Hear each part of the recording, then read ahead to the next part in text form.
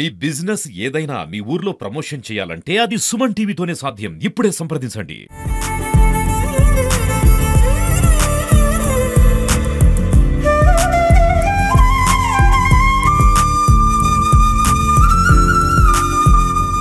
Managements of other neighboring schools and all our well-wishers and dear parents and the celebrities of this evening, the students of Talapadma Olympiad School.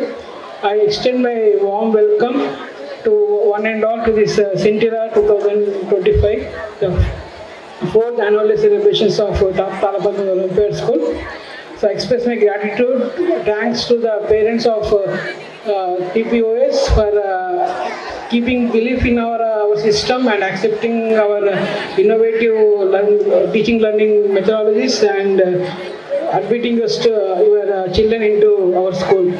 And it's really wonderful to see the young future scientists over here, the way they're expressing, the way they're showcasing their subject knowledge is really wonderful, and I would see the future scientists here, and one fine day they will be seeing them presenting in the world conferences with the concept what they have done in Talapadma Olympiad School. I'm sure about that, and very congratulations to all the exhibitors of the various Olympiad exams and various competitive exams. It's really wonderful to know that people of this school has went all the way to Lucknow to play cricket. So wonderful. This shows how holistic development and all-round development school will be. The children of this school will be getting, and this is all you can see. We have seen the music performance in the starting of the program. We have seen the cultural. We have seen the academic excellence of the students. That's really wonderful, and I wish all the best to the faculties of this teaching staff of all of this school, and it's really wonderful that I welcome you all as director of this group of institution to admit your children in the next coming academic year, and thank you one and all. Honorable Chief Guest of this program, Ravele Ramarao Garu, most prominent and most known person. He is into the social activism since many years. He has been part of Police Jagruti Kala Brundam, and he is educating against social evils and social awareness program. Thank you very much, sir, for accepting our invitation. Here we have Yaga Priya. She is so dynamic. She has reached heights in the singing industry. She has been runners-up in Partha Tiga and other programs. She received a lot of prizes. So every year we will be bringing one kid who achieved laurels, who has achieved gone through success in their lives, so that it will be an inspiration to all of us, all the kids of our school. On a brief manner, I would like to inform every parent and students that we are here with commitment. We are improving the standard of the students. We are not promising, we are not running for ranks, as we always reiterate with you. Giving a first rank or second rank is a simple marking scheme, but we believe that students should have a capacity of learning the new things. That is the reason why every time we concentrate only on establishing knowledge and skilling programs like interpersonal communication skills and all the activities.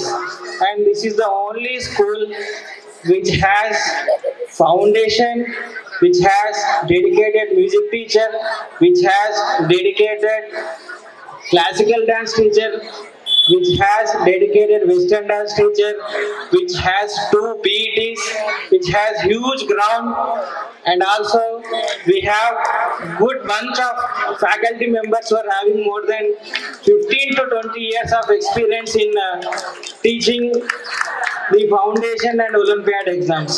So that is the reason why you have seen the students in the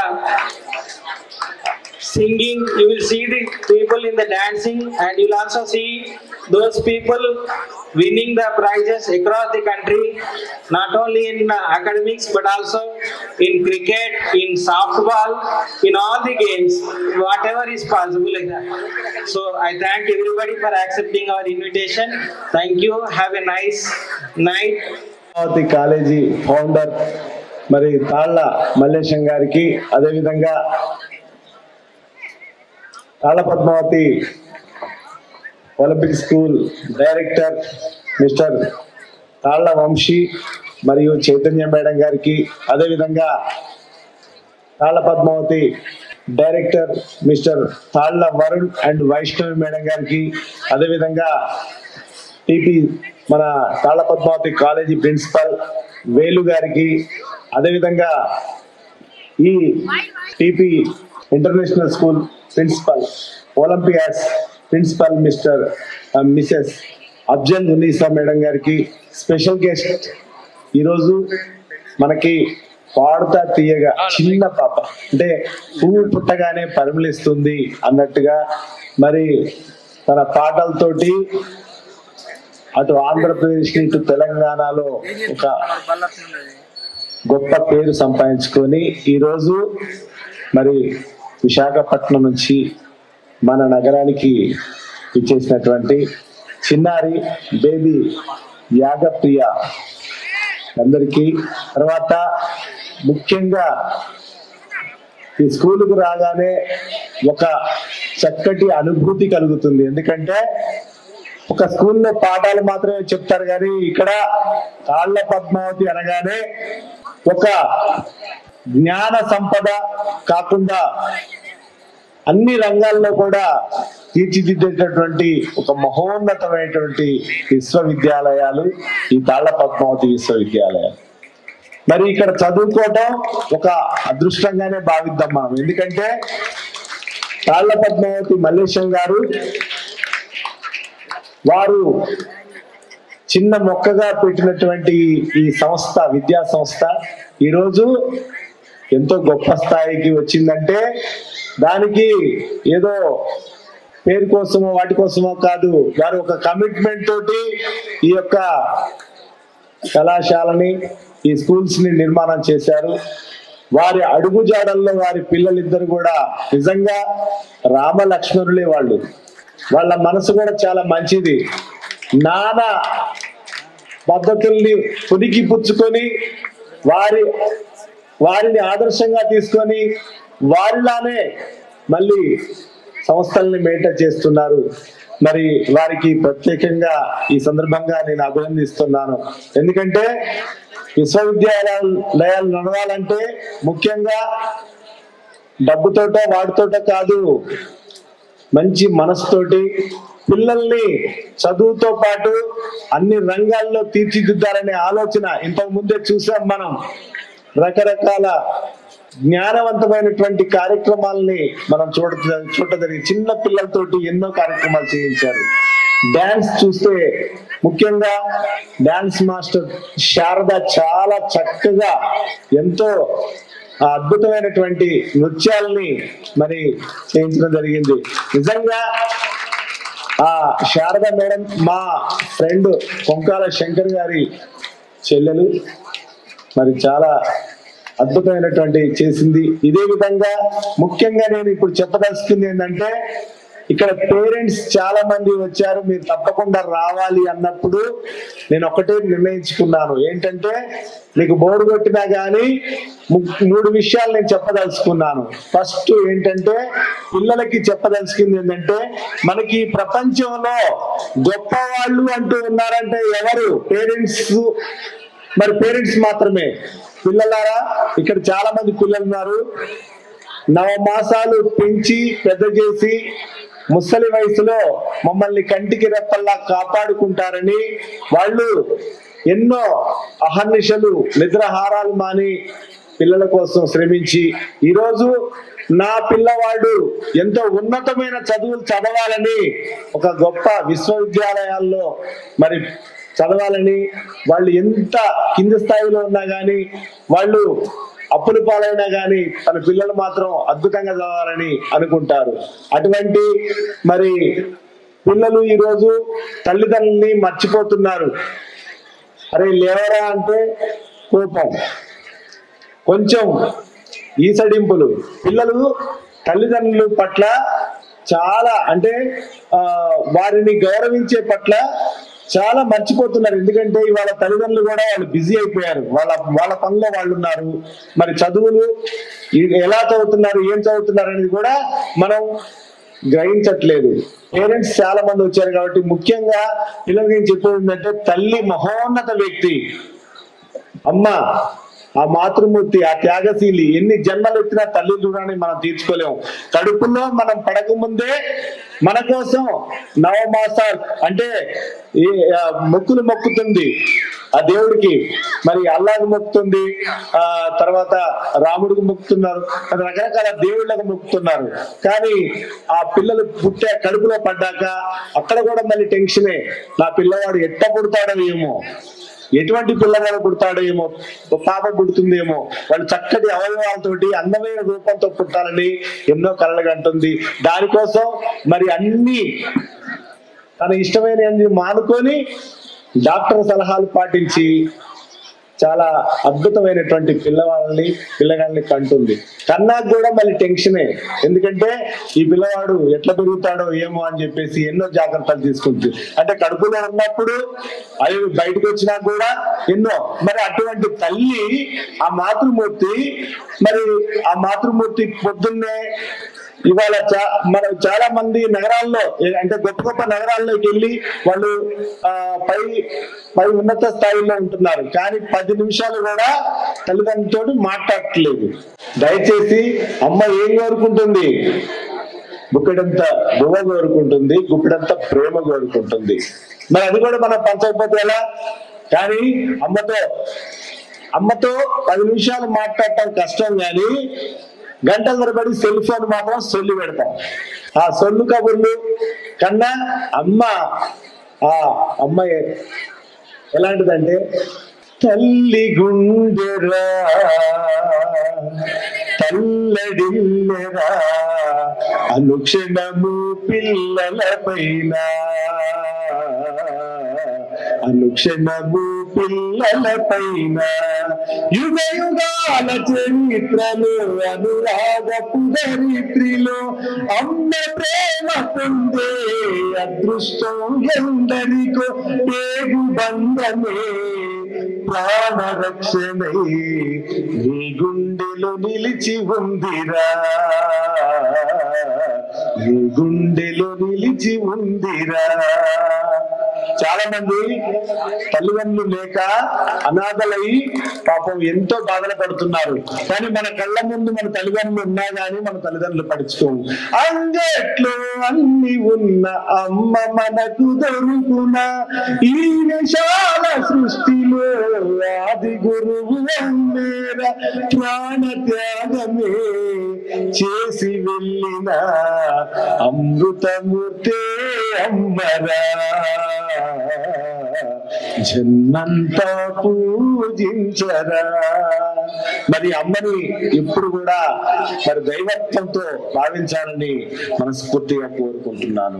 మరి అదే విధంగా ఇక తండ్రి, అమ్మ అన్ని చెప్పుకుంటుంది, అమ్మ ఏడుస్తుంది, నవ్వుతుంది, మనసులో ఉన్న బాధ అంతా చెప్పుకుంటుంది. కానీ నాన్న ఏడవలేడు, అలాగని తన బాధల్ని చెప్పుకోలేడు, తన కష్టాలని పంచుకోలేడు. మరి ఈ విధంగా గుప్పెట్లో పట్టుకొని తన యొక్క సంసారాన్ని ముందుకు తీసుకెళ్తా ఉంటాడు. ఈ క్రమంలో తన పిల్లలు మంచి బట్టలు వేసుకోవాలని తన చినిగిన చొక్కా వేసుకొని తిరుగుతాడు. తర్వాత తన పిల్లలు రంగురంగుల బూట్లు అంటే రంగురంగుల బట్టలు వేసుకొని రంగురంగుల బూట్లు ధరించాలని వాళ్ళ కోసం తను మరి తెగిపోయిన చెప్పులైనా వేసుకొని తిరుగుతాడు. కానీ తన పిల్లలు అందంగా ఉండాలని, వాళ్ళు చాలా గొప్ప స్థాయిలో ఉండాలని భావిస్తాడు. తండ్రి మరి మీ ఫీజుల కోసం, మీ యొక్క సౌకర్యాల కోసం తన అప్పులు చేస్తాడో, మరి ఆస్తులు అమ్ముకుంటాడో తెలియదు, కానీ నా పిల్లవాడు మంచి మంచి కాలేజీలో చదవాలని మరి ఎంతో ఆదర్శంగా భావించి మరి ఆ తండ్రి ఎంత గొప్పవాడంటే, నాన్నా నాన్నా నీ మనసే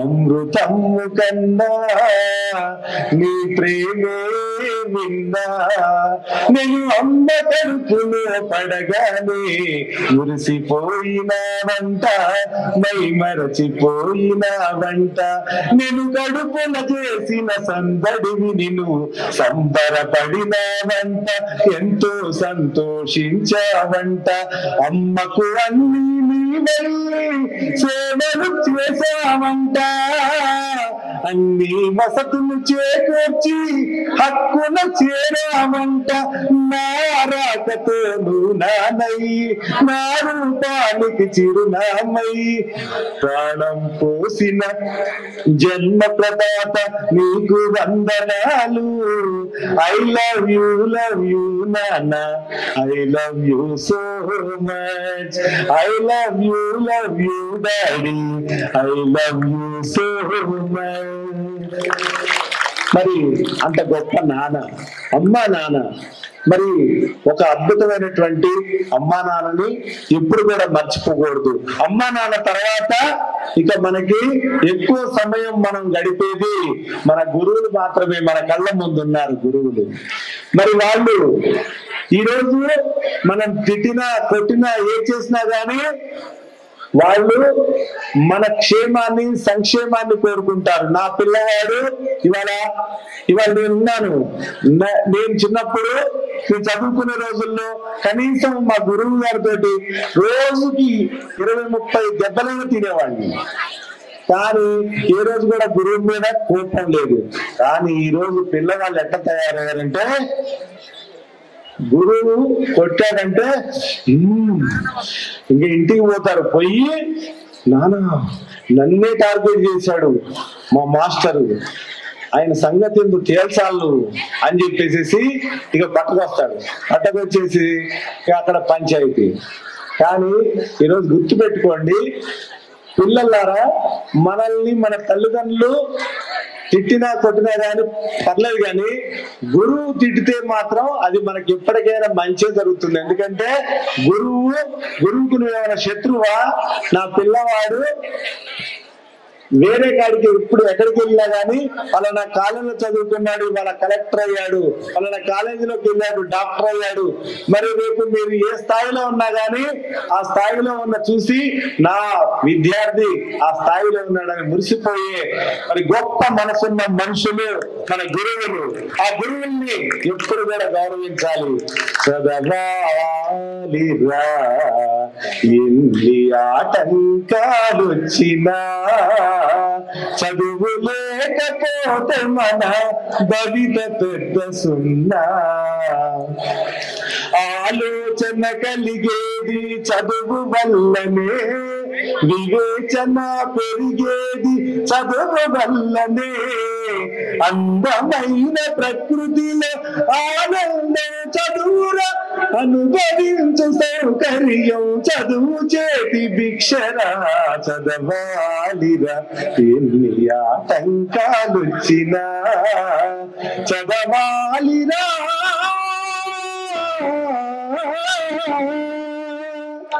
మరి ప్రతి ఒక్కరు చదువుకోవాలి. నా ధర్మం ఏంటి? పోలీస్ ధర్మం. నేను ఎప్పుడు కూడా నీతిగా, అంటే రోడ్డు మీద ఎవరైతే రాంగ్ రూట్ లో వెళ్తారో వాళ్ళకి ఫైన్ వేయడం, తర్వాత సక్రమైన దారిలో మరి పాదాచారులు కానీ మరి 2 వీలర్స్ 4 వీలర్స్ నడిపే వాళ్ళు కానీ వీళ్ళని కంట్రోల్ చేయడమే నా ధర్మం. కానీ పిల్లల ధర్మం ఏంటి? పిల్లలు చదువుకోవడమే వాళ్ళ ధర్మం. పిల్లలు ఎప్పుడు చదువుకుంటూనే ఉండాలా. చదువు జ్ఞాన సంపద. మరి బావిలో నీళ్ల వంటివి. మరి బావిలో నీళ్లు తోడుతుంటే ఏ విధంగా ఉంటుంటే మన జ్ఞానం కూడా అదే విధంగా పెరుగుతుంది. అందుకే గొప్పగా చదువుకోవాలని కోరుకుంటూ, కానీ చాలా మంది పిల్లల్లో ఏంటంటే నైరాశ్యం. అమ్మ తిట్టిందని, నాన్న కొట్టిందని, మరి గురువు మందలించాడని, తోటి పిల్లలు అపహాస్యం చేశారని చాలా మంది ఆత్మహత్యలు చేసుకొని చనిపోతున్నారు. మార్కులు తక్కువ వచ్చాయని కూడా. కానీ దయచేసి పిల్లలారా, ఇప్పుడు కూడా ఓటమి గెలుపుకు నాంది. ఓటమి ఎప్పుడైనా మన గెలుపుకు నాంది. అందుకే పిల్లలారా, అందమైన ఈ స్కూలు జీవితం అనుభవించకుండా ఆత్మహత్యలకు సంతోషాన్ని సమాధి చేస్తారా? కష్టపడ్డ నీ తల్లిదండ్రులకు ఫలితం ఇంతేనా? తోటి ఆశలతో మిమ్ము పెంచితే కన్నీరిస్తారా? ర్యాంకులు నీకు రాలేదంటూ రంగు పడకు తమ్మి, కాలం ముందరున్నదమ్మి. ఫీలయ్యావని ఫీలయ్యి ప్రాణాలు తీసుకుంటే అమ్మా నాన్నల గతి ఏమి? విజయానికి అపజయం అనేది తొలిగొట్టుడ తమ్మి, సత్యం విలువ తెలుసుకుంది. పెద్ద పెద్ద మేధావులందరూ ఏది గెలిచిరమ్మా, వారి బాటలో నువ్వు నడచి విజయాన్ని పొందురన్నా. ప్రేమించలేదంటూ నాదిగా మారొద్దు, ఆపై జైలుకు వెళ్ళొద్దు. ఆత్మహత్యలు యాసిడ్ దాడికి పాలు పడకు తమ్మి, ప్రాణం విలువ తెలుసుకోండి. ప్రేమ పేరుతో వంచన చేస్తే ఊరుకోకు చెల్లి, ప్రాణం తీసుకోకు తల్లి. ఆత్మహత్యలతో సమస్యలేమి పరిష్కారమౌనా? ఆత్మస్థైర్యంతో ముందుకు సాగితే విజయం మనదేనా? మరి ఇటువంటి విద్యా సంస్థల్లో మరి అటువంటి అన్ని అర్థమయ్యాయి కాబట్టి ఇవాళ వరుణ్ గాని, వంశీ గాని, వైష్ణవి గాని, మరి చైతన్య మేడం గాని, వాళ్ళ యొక్క తాళ్ళ మల్లేశం గారిని ఒక ఆదర్శంగా తీసుకొని, మా మామయ్య మా అని వాళ్ళ కోడలు కూడా ఇంతకుముందు చెప్పింది చైతన్య ఒక మాట, నా తోటి కోడలైనా గాని, నేనైనా గాని, మా సారైనా గాని, ఈ విద్యా సంస్థ అంటే ఒక దేవాలయంగానే భావిస్తున్నాం, మరి పిల్లల్ని మా పిల్లల్ని భావిస్తున్నాం అని చెప్పి చాలా ఆనందంగా అనిపించింది. దయచేసి తాళ్ళ పద్మావతి స్కూల్ అంటే ఒక దేవాలయం లాంటిదే నేను భావిస్తున్నాను. మీరందరూ భావిస్తే ఒకసారి గట్టిగా చప్పట్లు పెట్టాలి. మరి ఇటువంటి విద్యా సంస్థలో నన్ను ముఖ్య అతిథిగా పిలిచి ఇంత ఆదరించినందుకు ప్రత్యేకంగా కృతజ్ఞతలు చేస్తూ, మరి చాలా మంది ఏం చేస్తారంటే, నిన్న కలలు ఆ కలువలో కనులుగా మారెను సఖి, ఆ కనులలోని పరవశం వెలుపుగా మారెను సఖి. నీలి కురులు జాజి విరులు మతుగొలిపే రాగసుధలు, నీలి కురులు జాజి విరులు మతుగొలిపే రాగసుధలు, నీలి కురులు జాజి విరులు మత్తుగొలిపే రాగసుధలు అని ఇలాంటి పాటలు పాడుకుంటారు. కానీ మత్తు అనేది చాలా డేంజర్. ఇవాళ మన నగరంలో చాలా మత్తు పదార్థాలకు అలవాటు పడి యువత ఖరాబ్ అవుతున్నారు. డ్రగ్స్ చాలా మహమ్మారి, ప్రతి కుటుంబాన్ని నాశనం చేస్తుంది. చిన్న పిల్లవాళ్ళకి, పెద్దవాళ్ళకి, అందరికీ కూడా. దయచేసి మా పోలీస్ డిపార్ట్మెంట్ నుంచి మీ అందరికీ తల్లిదండ్రులకు గుర్తు పెట్టుకోండి, పిల్లల్ని గమనించండి. ఎందుకంటే నేను ఎందుకు చెప్తున్నానంటే, ఒక లాయర్, ఒక డాక్టర్, ఒక ఇంజనీర్ వాళ్ళ పిల్లలు మా ఇంటి పైన అద్దెకుండేవాళ్ళు. వాళ్ళు ఒకరోజు నేను నైట్ డ్యూటీ చేసి వచ్చేటానికి 15,000 మంది పిల్లల పైన మా వెహికల్ చూడగానే టప్పటప్పడం పైకి వెళ్ళిపోయారు. చూస్తే వాళ్ళు ఎందుకు అలా పారిపోయారని చెప్పేసి పొద్దున వాళ్ళ రూమ్ నేను తనిఖీ చేస్తే దాదాపు 600 బీర్ బాటిల్స్ ఉన్నాయి. అంటే మరి ఈ 600 బీర్ బాటిల్స్ తల్లిదండ్రులు గమనించలేదా అంటే నిజంగానే గమనించలేదు. ఎందుకంటే వాళ్ళు నా పిల్లలు బాగా చదువుకుంటున్నారు, మంచి చదువుకుంటున్నారు అని చెప్పేసి అనుకుంటారు వాళ్ళు. ఎందుకంటే డబ్బులు పంపిస్తున్నారు, ఫీజులు కడుతున్నారు, మేము ఇంకా అంతకంటే ఏం చేస్తాం. ఎందుకంటే ఒక రైతు ఉంటాడు, ఆ రైతు ఎప్పుడు కూడా పొలం పని ఆ పని ఈ పని చేసుకుంటూ అప్పు సప్పు చేసిన కడతాడు, కానీ కాలేజీకి వచ్చి చూడలేడు కదా. అందుకే దయచేసి పిల్లలారా మీ తల్లిదండ్రులు మోసం చేయకండి, మీ తల్లిదండ్రులు చెప్పినట్టు మరి వినాలని కోరుకుంటూ మరి ఇటువంటి విద్యా సంస్థ వర్ధిల్లాలని, ఎప్పుడు కూడా మీరంతా ఆనందంగా ఉండాలని, సుఖ సంతోషాలకు ఆయుధాలు ఉండాలని తెలిసి మనసారా కోరుకుంటూ థ్యాంక్ యూ వెరీ మచ్. ఈరోజు తాళ్ళ పద్మావతి విద్యా సంస్థలు ఉమ్మడి వరంగల్ జిల్లాలోనే కాదు దాదాపు తెలంగాణలో కూడా తనకంటూ ఒక ప్రత్యేకత సృష్టించుకున్నాయి. తాళ్ళ మల్లేశం గారి నేతృత్వంలో వారి కుమారులు బ్రహ్మాండంగా ఈ కార్యక్రమాన్ని నడిపిస్తున్నారు, విద్యా సంస్థలను తీర్చిదిద్దుతున్నారు. దీనిలో డైరెక్టర్ మనకు తాళ్ళ వంశీ గారు మనతో ఉన్నారు. అసలు ఒక స్కూలు డెవలప్ కావటానికి లేదా వాళ్ళు అనుసరిస్తున్న పద్ధతులను ఒకసారి అడిగి తెలుసుకుందాం. సార్ చెప్పండి, ఈ స్థాయిలో పేరు రావడానికి మీరు అనుసరిస్తున్న పద్ధతులు పేరెంట్స్కి చెప్పండి లేదా పబ్లిక్కి చెప్పండి. ఈరోజు ఈ విద్యా సంస్థలు నడిపే క్రమంలో మా నాన్నగారు అయినటువంటి తాళ్ళ మల్లేశం గారు 43 ఏళ్ళ ముందే ఈ 11 మంది పిల్లలతోని లర్నర్స్ ల్యాండ్ పేరు మీద స్కూళ్ళు స్థాపించడం జరిగింది. దాని తర్వాత అంచెలంచెలుగా మేము ఒక్కొక్క విద్యా సంస్థని పెంచుకుంటూ ఈరోజు 4 పాఠశాలలు, ఒక ఇంజనీరింగ్ కాలేజు, ఒక MBA కాలేజు, 2 ఫార్మసీ కాలేజీల స్థాయికి వచ్చాము. మేము పుట్టింది పెరిగింది విద్యా సంస్థలోనే. ఇదే వృత్తి ప్రవృత్తి కూడా మాకు విద్యని బోధించడం, నేర్చుకోవడం, అందించడం కాబట్టి మాకు దాంట్లో ఉన్న గ్రౌండ్ లెవెల్ రియాలిటీస్ తెలుసు కాబట్టి మేము దీన్ని విద్యార్థులకు నాణ్యమైన విద్యని అందించగలుగుతున్నాం.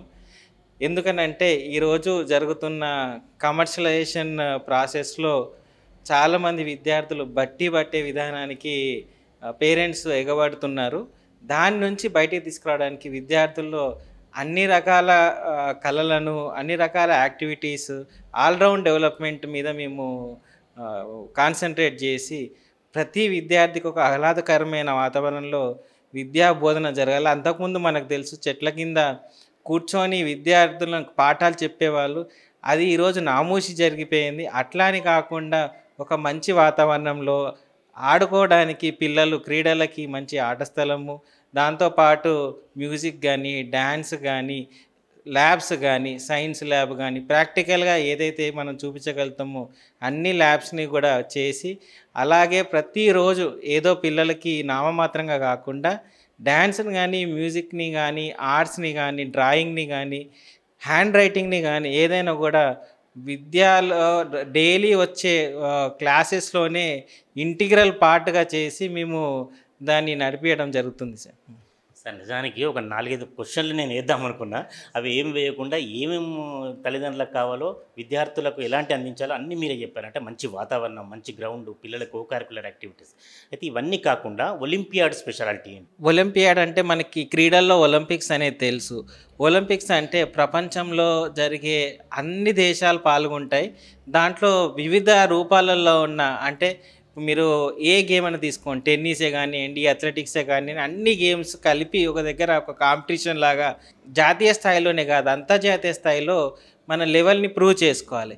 అదే ఒలింపియాడ్ అనే వచ్చేసరికి ఏంటంటే ఇదే విధంగా ఏదో ఒక పర్టికులర్ సిలబస్నే కాకుండా ఐఐటి అంటే ఐఐటి చదువు మాత్రమే, సిలబస్ని మాత్రమే మన విద్యార్థులు నేర్చుకుంటారు. అంటే ఇంటర్మీడియట్ అయిపోగానే వాడికి ఐఐటి ఎగ్జామ్ రాయడానికి ఏదైతే విద్య కావాలో అది మాత్రమే నేర్చుకుంటారు.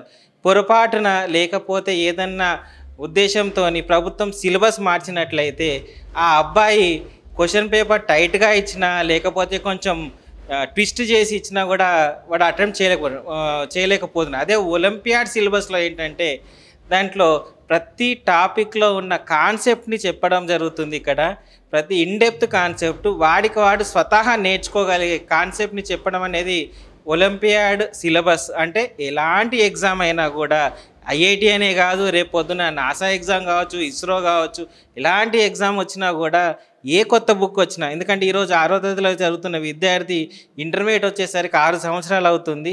అప్పటికి ఈ సిలబస్ ఉండొచ్చు, ఉండకపోవచ్చు, ఇంకా వేరే విధమైన క్వశ్చన్స్ కూడా వేయచ్చు. ఈరోజు మల్టిపుల్ చాయిస్ అంటున్నారు, రేపు థియరిటికల్ క్వశ్చన్ కూడా చేయొచ్చు.